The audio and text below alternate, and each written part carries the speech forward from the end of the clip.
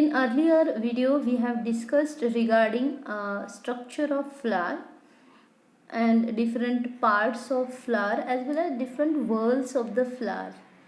So now we are going to discuss regarding symmetry of flower on the basis of different characters of floral whorls. The flower shows a different kinds of symmetry.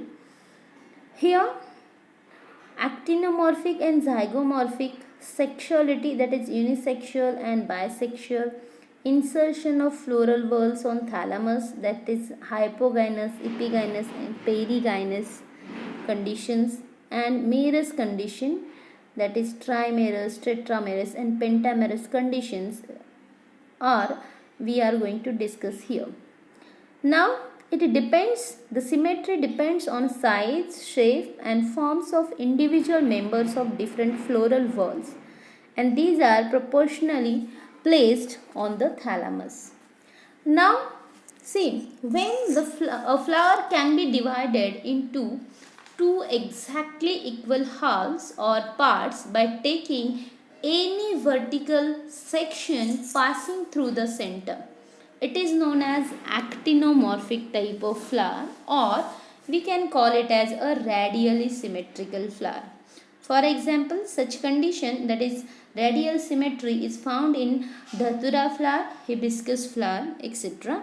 So here in this diagram, first diagram shows the actinomorphic or radially symmetrical condition where the red line present the cuts, or we can say if we cut into on these red lines in any angle, this flower is directly divided into a exact two parts, similar two parts, and such condition if they are present in the flower, such flowers are called as actinomorphic flowers, or we can say the radially symmetrical flowers.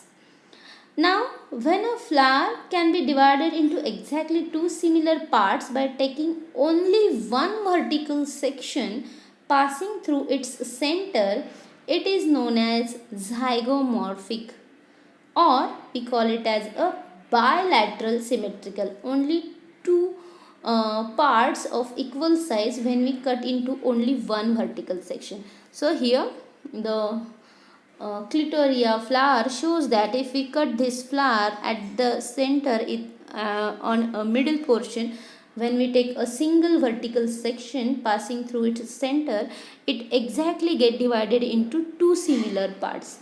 And when only two similar parts by the one vertical sections are formed, then such flowers are known as zygomorphic, or we call it as a bilateral symmetrical flower. Now in symmetry, the third condition is asymmetrical flower. Look at the last flower which is of canna. Here, when a flower cannot be divided into two similar parts by taking any vertical section, it is called asymmetrical flower, or we also called it as a irregular flower. So in case of canna, if we take a vertical section from any point or from any side or from center, the flower does not gives rise to either similar two parts, or it is not divided into similar parts in from any vertical section. So that such kind of flowers are called as asymmetrical flowers, or we call them as irregular flowers.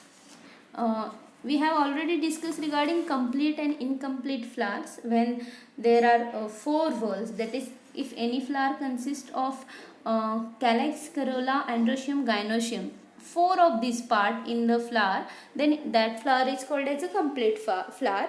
And if any one flower miss any whorl of this, that is if corolla is not there, or if calyx whorl is not there, or androecium or gynoecium is not there. So when flower is missing any whorl of the its parts, then the such flower is called as an incomplete flower. Now see, when all the petals of flowers are similar in size and shape, then it is called as a regular flower. And when they are dissimilar in size or shape, it is known as a irregular flower, which is shown in this slide at the last, that is irregular flower. Now let's discuss regarding sexuality in flowers. Okay, generally two types of flowers are found. First one, that is bisexual flower, we call them as a perfect flower, and secondly unisexual flowers, we call them as a imperfect flower. Now bisexual flowers bears both stamens and carpels. Look at the diagram, first one showing perfect flower, that is hermaphrodite, in which the male as well as female structures, male structure that is androecium and female structure that is carpel or gynoecium are present in a single flower. Such flower is called as a bisexual flower, or we call it as a perfect flower. In case of second type, that is unisexual or imperfect flower, we found two types of flowers, that is staminate flowers and second one pistillate flowers. Now staminate flower bears only stamens, that is flower which bears only androecium or male structures. These flowers are called as staminate flowers, while the flowers which bear only female structure, that is carpels or gynoecium, such flowers are called as pistillate flowers. So this is the sexuality in flowers. Some flowers are bisexual, some flowers are unisexual. When unisexual, if they bear stamens, they are called as staminated or male flowers. When they bear carpels or gynoecium, they are called as a female flowers. Now let's see the insertion of floral whorls on a thalamus. How the four different whorls of flowers are arranged on the thalamus to form a condensed structure of flower. Now the floral whorls like calyx, corolla, androecium and gynoecium are arranged on the thalamus according to the insertion of floral leaves or whorls in relation to the ovary, that is gynoecium, on the thalamus. The flowers are described as 1. Hypogynous, 2. Perigynous, and thirdly epigynous. Now let's see what does it means. First of all, we will discuss regarding hypogynous flowers. Now the diagrammatic representations are given here. Now we are going to discuss regarding this, that is hypogynous flower. Here in a majority flowers, the thalamus is convex, conical, flat or slightly concave.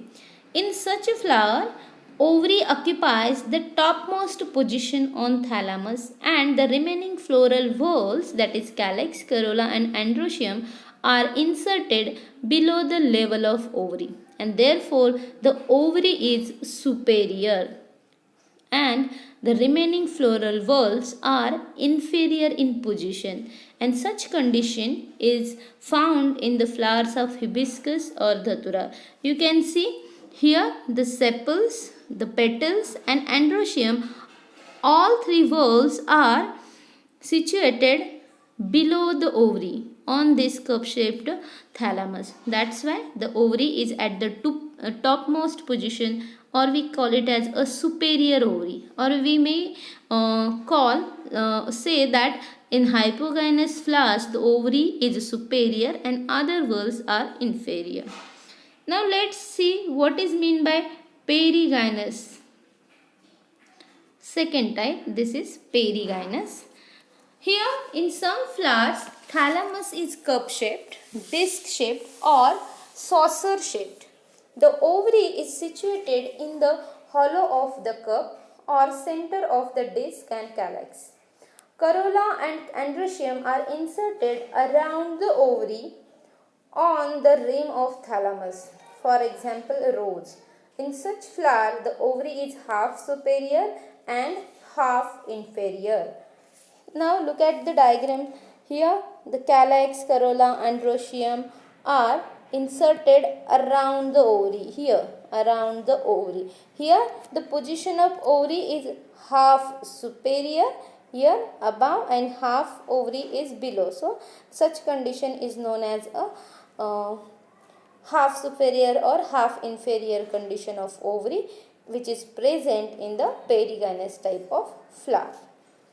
Now third type of arrangement is known as epigynous. Look at here, epigynous type of flowers.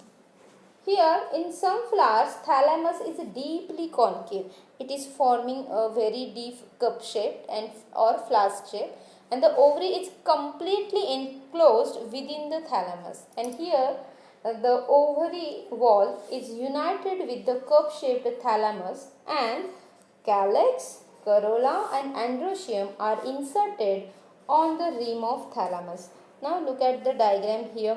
The ovary, this part of ovary is embedded into a cup shaped thalamus, and at the top of the thalamus here ovary and thalamus, ovary wall and thalamus get united, and on this rim the all floral whorls are present: calyx, corolla, androecium and gynoecium. And so here the ovary position is at the bottom and other whorls are present above the ovary. So that's why this condition of ovary is inferior and all remaining whorls are superior.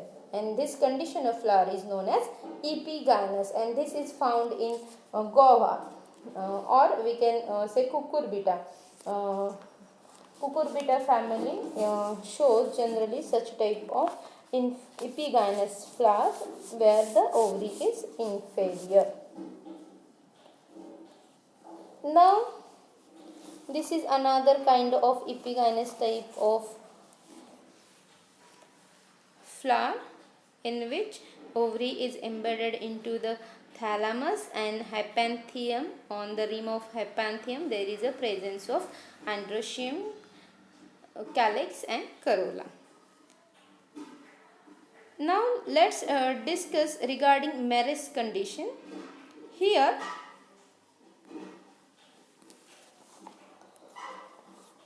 flowers shows trimerous, tetramerous and pentamerous condition, the whorls in given floral arrangement. See what is meant by trimerous, pentamerous or tetramerous. Look at the diagrammatic representation or look at the flowers. Here the trimerous condition shows, or when there are 3 members in each whorl, then the condition is known as trimerous. For example, in monopod, here the calyx are present in 3 number, corolla in 3 and androecium 3 and gynoecium 3. That is, each whorl members are present in the 3 number. That's why it is called as a trimerous. In case of tetramerous, 4 members in each floral whorls, which is found in generally cruciferous. And pentamerous, that is 5 members in each whorls, excluding stamens and carpels. And this is the pentamerous condition is typically found in the dicot plant. So that's it from the symmetry of flowers.